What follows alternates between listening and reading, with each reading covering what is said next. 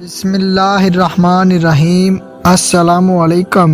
پرانے وقتوں کی بات ہے کہ ایک ریاست پر ایک بادشاہ حکومت کیا کرتا تھا۔ وہ بادشاہ بڑا ہی عیش پرست اور سنگ دل انسان تھا۔ اس بادشاہ نے خون بہا کر ظلم و جبر کر کے عوام کے خلاف جا کر تخت سنبھالا اور اس کو حاصل کیا۔ اس لیے بادشاہت سنبھالنے کے بعد اس بادشاہ نے کبھی بھی کوئی ایسا کام نہیں کیا جس سے اس کی رعایا کو فائدہ ہو سکے۔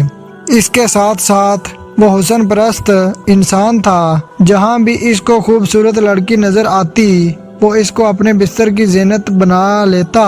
لیکن اس بادشاہ کی ایک عجیب و غریب عادت تھی کہ وہ جس بھی لڑکی کو اپنے بستر کی زینت بناتا اس کے بعد اس کو اپنے سپاہیوں کے ہاتھ قتل کروا دیتا تاکہ ایک بادشاہ کے ساتھ سوئی ہوئی لڑکی دوبارہ کسی عام آدمی کے ساتھ نہ سو سکے، اور اس بات کو اپنے لیے کمتر سمجھتا تھا، لہٰذا وہ اس لڑکی کو قتل کروا دیتا۔ وقت گزرتا رہا اور اس کی رعایا اپنے بادشاہ کی اس بری عادت کی وجہ سے تنگ آ چکی تھی۔ لیکن بادشاہ تھا، اس کی طاقت کے آگے بڑے بڑے آدمی کی بولتی بند ہو جاتی۔ ایک دفعہ وہ بادشاہ اپنے لشکر کے ساتھ دوسری ریاست پر حملہ کرنے کے لیے جا رہا تھا، کیونکہ اب اس کے اندر تخت کا نشہ اور بھی بڑھ چکا تھا۔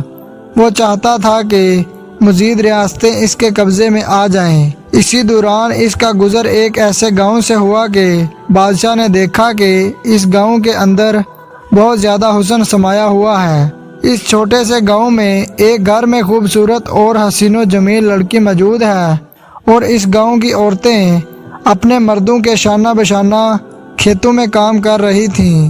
جب بادشاہ نے ان لڑکیوں کو دیکھا تو ساتھ ہی میں ایک وادی میں اپنے لشکر کو پڑاؤ کا حکم دے دیا، اور اپنے خیمے میں جانے کے بعد اپنے ایک قریبی سپاہی کو حکم دیا کہ تم آج رات اس گاؤں میں جاؤ گے، اپنے وفادار سپاہیوں کے ساتھ ایک خوبصورت اور حسین و جمیل لڑکی اٹھا کر لاؤ گے، اور اس لڑکی کے گھر والوں کو کہنا کہ اگر تم نے اس بات کا ذکر کسی کے سامنے کیا یا تم نے ڈنڈورا پیٹا تو تمہارے پورے گاؤں کو لشکر کے گھوڑے تلے رون دیا جائے گا۔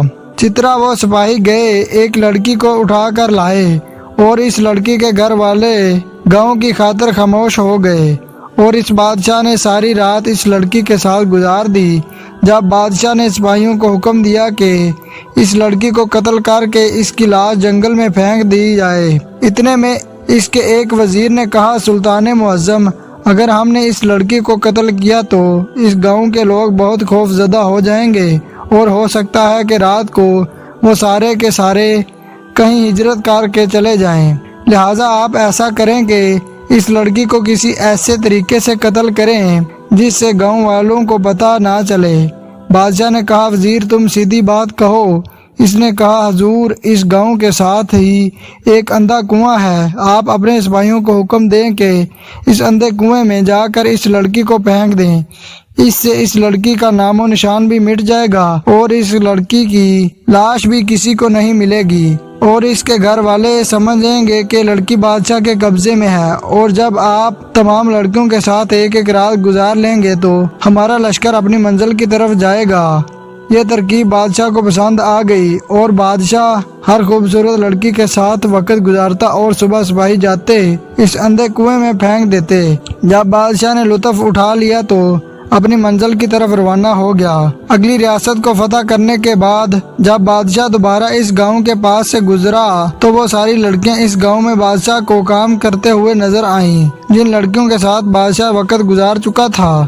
یہ دیکھ کر بادشاہ بڑا حیران ہو گیا کہ یہ کیا ہے، میں نے تو ان ساری لڑکیوں کو قتل کروا دیا تھا، آخر یہ زندہ کیسے ہیں؟ بادشاہ کو بہت غصہ آ رہا تھا کہ میرے ساتھ رات گزارنے کے بعد لڑکیاں کیسے زندہ ہیں۔ بادشاہ نے اپنے ایک سپاہی کو حکم دیا کہ مجھے اس اندھے کنویں پہ لے چلو، ضرور اس کنویں میں کوئی راز ہے۔